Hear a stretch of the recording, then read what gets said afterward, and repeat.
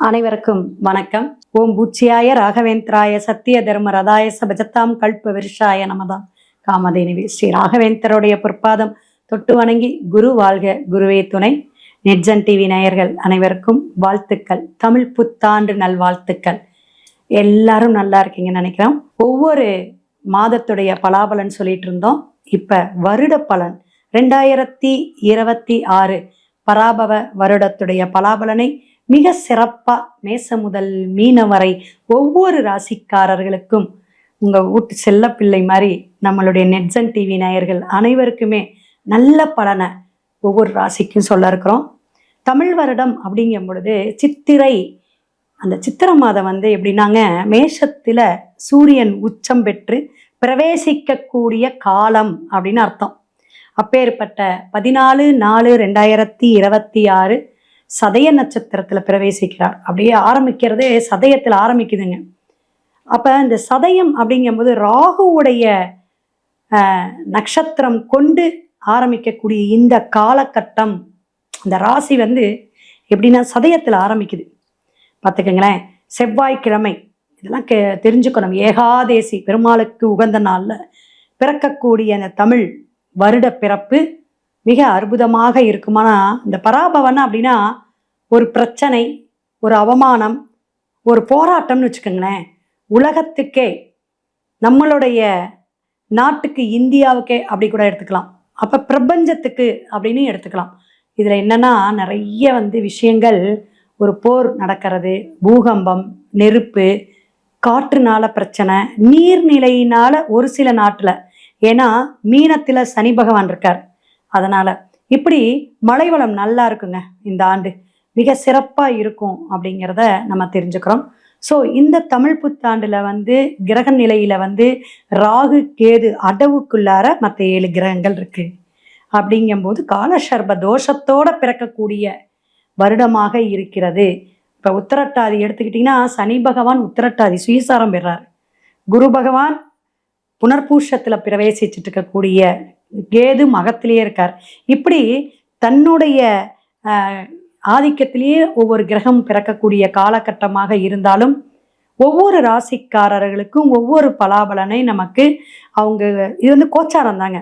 இப்போ நம்ம ஜாதகம் பார்க்க வரும்போது என்ன பிரச்சனைங்க வருது, இந்த வருஷம் எப்படி இருக்கு, குரு பயிற்சி எப்படி, குரு பார்த்தீங்கன்னா 3 இடத்துல பிரவேசிக்கிறார். எப்படின்னா அதிசார குருவாக. இப்போ ஜூன்ல உடனே போகக்கூடிய காலகட்டங்கள் கடகத்திலிருந்து அடுத்தது சிம்மத்துக்கு அதிசாரமா போறாரு. அப்ப குரு சனி பகவான் மெயினா எடுத்து, ராகு கேது கும்பத்துலதான் இருக்கார். கேது எங்க இருக்காருங்க? மகத்துல, அதாவது சிம்மத்துல இருக்கார். இது டிசம்பர் 5ஆம் தேதி தான் மாறுது. ராகு கேது இந்த வருஷம் கடைசியில மாறக்கூடிய அமைப்பு. இதெல்லாம் வச்சு மேசராசி முதல் நம்ம ஒவ்வொரு ராசியும் பார்ப்போம். வீடியோக்குள்ள போறோம். மேசராசி நேயர்களே, செவ்வாய் பகவானுடைய ஆதிக்கம் இப்ப இந்த தமிழ் புத்தாண்டுல பாத்தீங்கன்னா ஒவ்வொரு நட்சத்திரத்திற்கும் எப்படி இருக்கும் அப்படிங்கிறத விட நம்ம கிரகத்துறை ஃபர்ஸ்ட் விஷயம் பார்த்துக்கலாம். இப்ப 12ஆம் இடத்துல சனி பகவான் இருந்து உங்களுடைய ரிஷபத்தை 3ஆம் பார்வையாக பார்க்கக்கூடிய அமைப்பு. சனி பகவான் என்னதுங்க? ஆயுள், ஆரோக்கியம், தொழிலை கொடுக்கக்கூடிய விஷயங்கள்லாம் இருக்கு. அப்ப நீங்க செவ்வாய் பகவானுடைய ஆதிக்கம், இங்க சனி பகவான் நீச்சம், தொழில் சார்ந்த பிரச்சனைகள், தொழில்ல விரயம், தொழில்ல அதிக முதலீடு வேண்டாம். இப்படி நம்ம ஒவ்வொரு கேட்டகரியா பிரிச்சுக்கலாம். இப்ப ராகு பகவான் பாத்தீங்கன்னா உங்களுக்கு இதுல இருக்கார், கும்பத்துல. அப்ப 11ஆம் இடத்துல லாபத்தை கொடுத்துட்டு இருக்கனால வெளிநாடு, வெளியூர் போகக்கூடிய அமைப்பு. இல்ல மேடம், நீங்க என்ன மேடம் 7.5 சனிங்கிறாங்க, சனி விரயத்துல இருக்காரு, இதெல்லாம் இருந்தாலும் அதுவும் ஒரு சுபவிரயம் தானே. அப்ப நீங்க சுபவிரயமாக நீங்க பார்த்துக்கலாம். முயற்சி ஸ்தானத்துல, மிதுனத்துல, கம்யூனிகேஷன் இடத்துல குரு இருக்கிறார். அப்ப மேஷத்துக்கு குரு பகவான் என்ன செய்யறாருன்னா, உங்களுடைய முயற்சி நல்லா இருக்கணும். சோம்பேறித்தனம் இருக்கக்கூடாது. நல்ல சுறுசுறுப்பா இருங்க. வீடு மாற்றம், இடமாற்றம் எல்லாம் உண்டு. உங்களுக்கு தூக்கம் போயிருங்க. இந்த அயன சயனம் குழங்குற சனி இருக்கறனால தூக்கம் போயிடும். மன உளைச்சல்களை கொடுக்கும், டிப்ரெஷனை கொடுக்கும். ஆனா சுபகாரியம் நடத்திச்சிடும்.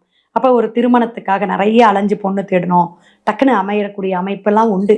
4ஆம் இடத்துக்கு குரு அதிசாரமா வர்றது வேற, இங்க அப்படியே பெயராரு.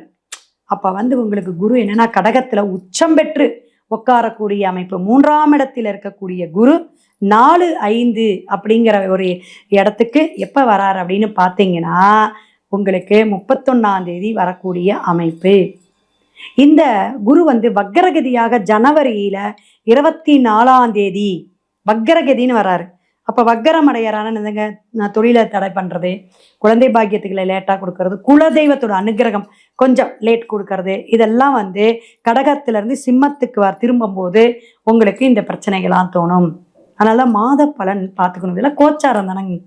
அப்ப உங்களுடைய சனி பகவான் 12ஆம் இடத்துல இருந்து டிசம்பர் மாதம் 5ஆம் தேதி, டிசம்பர் 5ஆம் தேதியிலிருந்து இந்த வருஷம் கடைசியில எதுனா 11ல இருக்கக்கூடிய ராகு 10ஆம் இடத்துக்கு போறார். நல்லா கேட்கணும். தொழில் ஸ்தானம், ஜீவனஸ்தானம், கர்மஸ்தானத்துக்கு மகரத்துக்கு செல்லக்கூடிய அமைப்பு வருஷ கடைசியில வந்துடும். ஆங்கில வருடத்துக்கு டிசம்பர் வந்துடுது. அப்ப வந்து உங்களுக்கு கேது வந்து 5ஆம் இடத்துல இருக்காரு, அவர் மேல் நோக்கி 4ஆம் இடத்துக்கு வந்துடுறாரு. அப்ப வீடு, வண்டி, வாகம், யோகம் எல்லாமே இந்த ஜூன் மாதம் வரையும் உங்களுக்கு கொஞ்சம் நல்லாவே இருக்கும்னு நினச்சிக்கலாம். புதிய முயற்சிகள் நிறைய செய்யலாம். வரவு செலவுகள் சமமாக, ஒரு உத்தியோகத்தில் ஒரு உயர்வு உண்டு, இன்க்ரிமெண்ட் உண்டு, அதே மாதிரி தொழிலில் ஒரு முன்னேற்றம் உண்டுன்னு சொல்லலாம். மனை வீடு யோகம் உண்டு. இஎம்ஐ கட்டியாவது வாங்கிருங்க. கடன் பிரச்சனையினால பிரச்சனை இல்லை, கண்டிப்பாக அதெல்லாம் அடைக்கக்கூடிய அமைப்பு உண்டு. சின்ன சின்ன அவமானங்கள், கெட்ட பேர், இதெல்லாம் சரியாகக்கூடிய அமைப்பு நல்லா ஆகும். இனிமேல் ஒரு மதிப்பு வரும்னு வச்சுக்கோங்களேன். மேஷத்துக்குன்னா உடல் ஆரோக்கியமாக இருக்க, நிறைய மாத்திரை சாப்பிட்டுட்டு இருக்கேன், ட்ரீட்மெண்ட் போயிட்டே இருக்கேங்க அப்படிங்கிறவங்களுக்கு சின்ன சின்ன ட்ரீட்மெண்ட்டு செலவுகள்லாம் குறையும். திருமண வாய்ப்பு வரும். குழந்தை பாக்கியம் இல்லாத குழந்தை பாக்கியம், அதாவது பிரார்த்தனை பண்ணி குலதெய்வ அனுகிரகத்தோட கிடைக்குங்க, அப்படி வேணா சொல்லலாம். கால், பாதம், எலும்பு சம்பந்தமான பிரச்சனைகள் வருங்க. கண்ணை பாதிக்கக்கூடிய அமைப்பும் வரும். மேஷத்துக்கு கவனமாக பார்த்துக்கணும். அப்போ ஒவ்வொரு வியாதியும் உடம்பு தொந்தரவும் ஏன் சொல்கிறோம்? இப்போ தானம்மா ஓஞ்சு போனோம், அப்புறமே இதெல்லாமா என்னை பாடாப்படுத்துமா, பார்த்து சொல்லுங்கம்மா அப்படின்னா, கிரகத்துடைய சஞ்சாரம் இருந்தாலும் உங்களுடைய ஜனன ஜாதகத்தில் குருவும் சனி பகவான் நல்ல இடத்துல இருக்கணும். இந்த வரக்கூடிய கிரகத்துடைய அமைப்புக்கு கேந்திரமோ திரிகோண பாவத்திலே இருக்கும்போது அது நல்ல விஷயத்தை கொடுக்கும். உங்களுக்கான ஒரு பரிகாரம் அப்படின்னு சொன்னீங்கன்னா, இது தமிழ் புத்தாண்டுக்கான பரிகாரம், பொதுவான பரிகாரம் தான். ஆஞ்சநேயர் வழிபாடு எடுங்க. ஏன்னா அந்த தாக்கம், சனி பகவானோட தாக்கம் வந்து குறையும். ஒவ்வொரு அறுபடை முருகன் கோயிலில் எப்போ எல்லாம் உங்களுக்கு டைம் இருக்கோ, அறுபடையும், வயலூர் முருகனை கூட விடாதீங்க. திருப்பரங்குன்றம், திருச்செந்தூர், பழனி, அதே போல் சுவாமிமலை எல்லாத்துக்குமே போயிட்டு வந்துங்க. திருத்தணி எல்லாமே போயிட்டு உங்களுக்கு இந்த 12 மாதம் இருக்குது, எப்பப்போ போக முடியுமோ போய் வழிபாடு எடுத்துகிட்டு வந்துருங்க. முருகன் தான் உங்களை எப்பயுமே காப்பாற்றுவார். காகத்துக்கு அன்னம் இட்டுட்டே வாங்க. மேற்கொண்டு உங்களுடைய ஜாதகத்துடைய முழு பலாபலனை மேசம் பார்த்துக்கணும். இந்த பெயர்ச்சி, இந்த தமிழ் புத்தாண்டு உங்களுடைய கிளியராக பார்த்துக்கோங்க. ஓகேங்களா? அடுத்த பதிவில் சந்திப்போம். சிவாய நம.